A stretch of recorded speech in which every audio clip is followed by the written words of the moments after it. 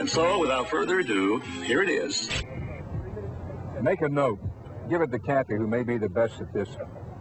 Since we're going to wish people a happy Rosh Hashanah, which is my idea and a good idea, just don't forget to check when Ramadan is. We have to wish all of our Muslim friends happy Ramadan. Happy Ramadan. Osama bin Laden. Happy Ramadan. Osama bin Laden. Happy Ramadan. Osama bin Laden. Happy Ramadan. Osama bin. Happy Ramadan. Happy Ramadan. Long live Osama bin Laden. Long live Osama bin Laden. We have contributed to making a cult figure out of Osama Bin Laden. See, Osama bin Laden, His stated goal. wants to destroy America. At least he said it to me. That's what I say to the American people. We've never seen this kind of evil before. They can't stand free. The evildoers, they can't stand free. Taliban, they can't stand free. The fanatics. They can't stand free. They hate what America stands for. Freedom and democracy. Freedom and democracy. These beliefs are the foundation of our civilized world. And once they gain a foothold, they cannot be stopped. Either you are with us or you are with the terrorists. So I just think that report left the wrong impression. Welcome back to Terrorism Hits America. What now?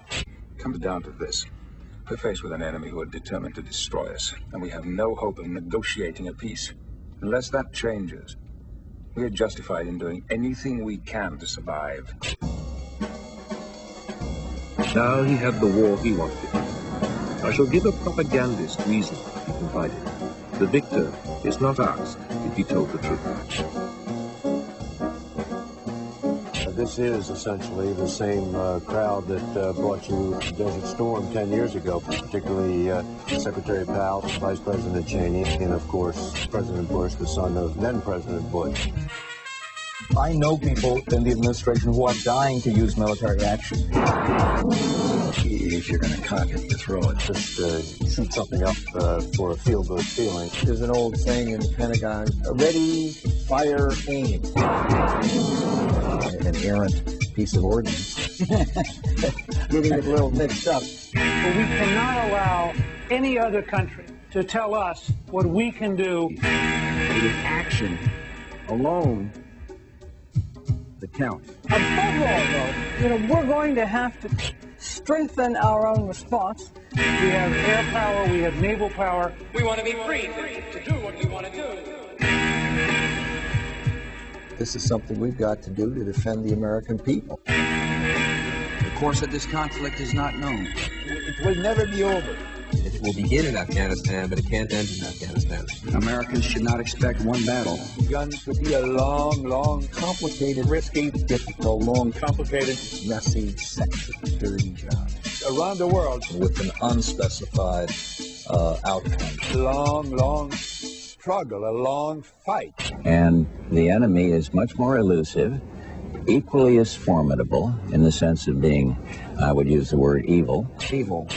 Evildoers. The battle of good against evil is always being waged.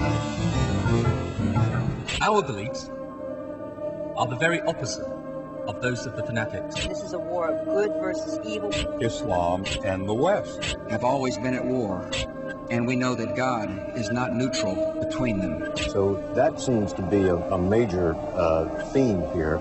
Every nation in every region now has a decision to make. Don't go to hell. Please. I beg you. Don't go to hell. I've taken a lot of heat for saying it goes back to the Crusades.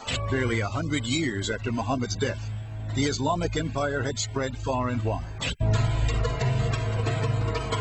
The Pope reacted to the Muslim expansion by launching Christendom's version of Holy Wars, the Crusades. And you can just see it happening again. This kind of, quote, clash of civilizations. And this could be a defining moment that the world needs to march forward to deal with the scourge of the bearded ones and see what they have done against mankind. Because it's only going to happen with all of us together.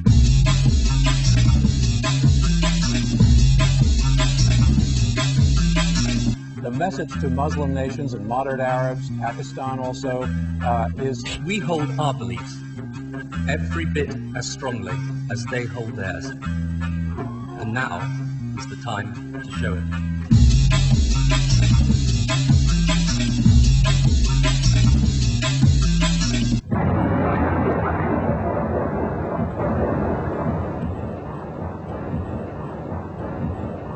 When we come back, sometimes the best offense is a strong defense. And a lot depends on strong American leadership.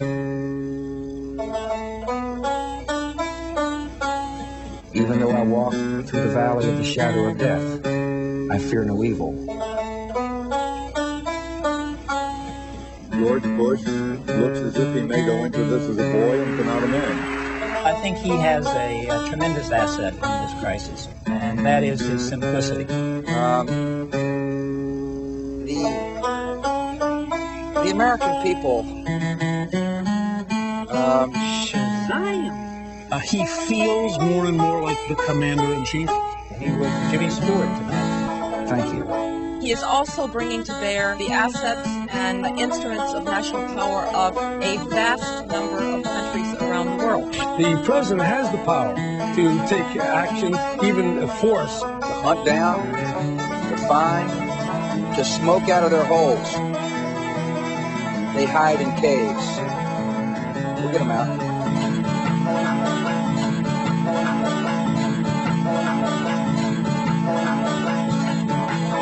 Stop it.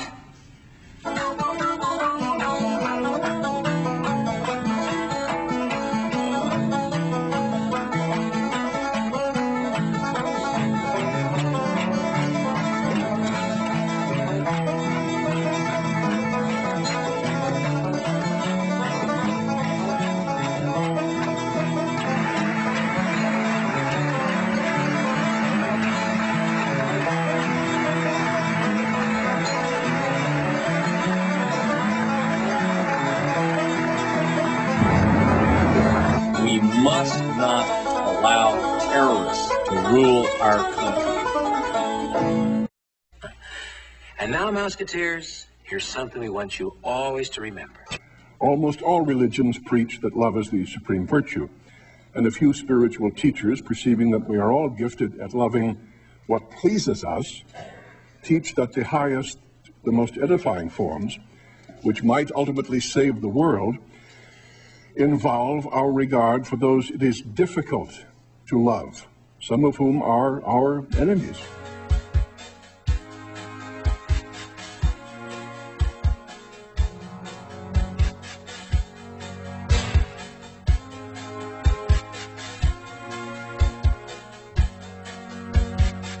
Kennedy made a speech at the American University in June of the year before he died, and he said, we live in one world, we got to breathe in the same air, and we got to live together, we're going to die together.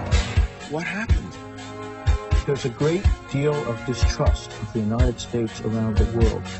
They see a continuum of the Crusades in every action as the West gains more power.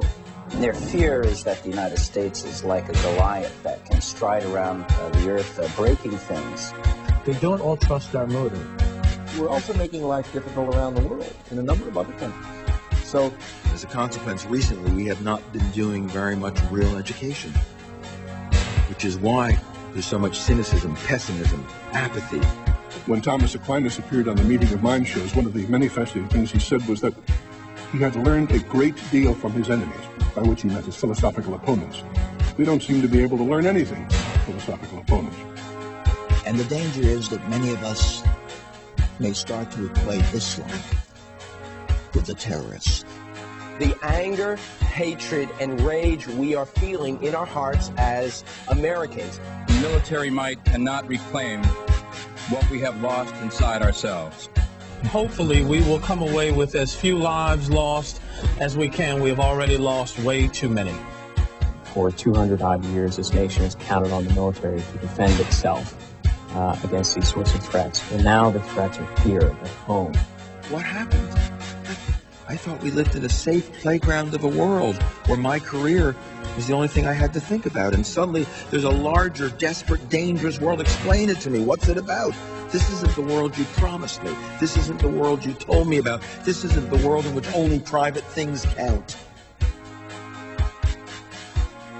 And so it really comes down to a very basic choice that we have to make as a civilization.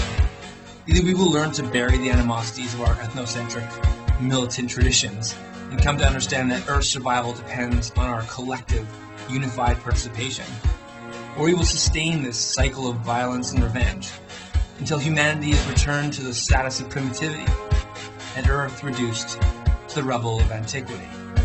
It's really up to us. It really is up to us. Good night.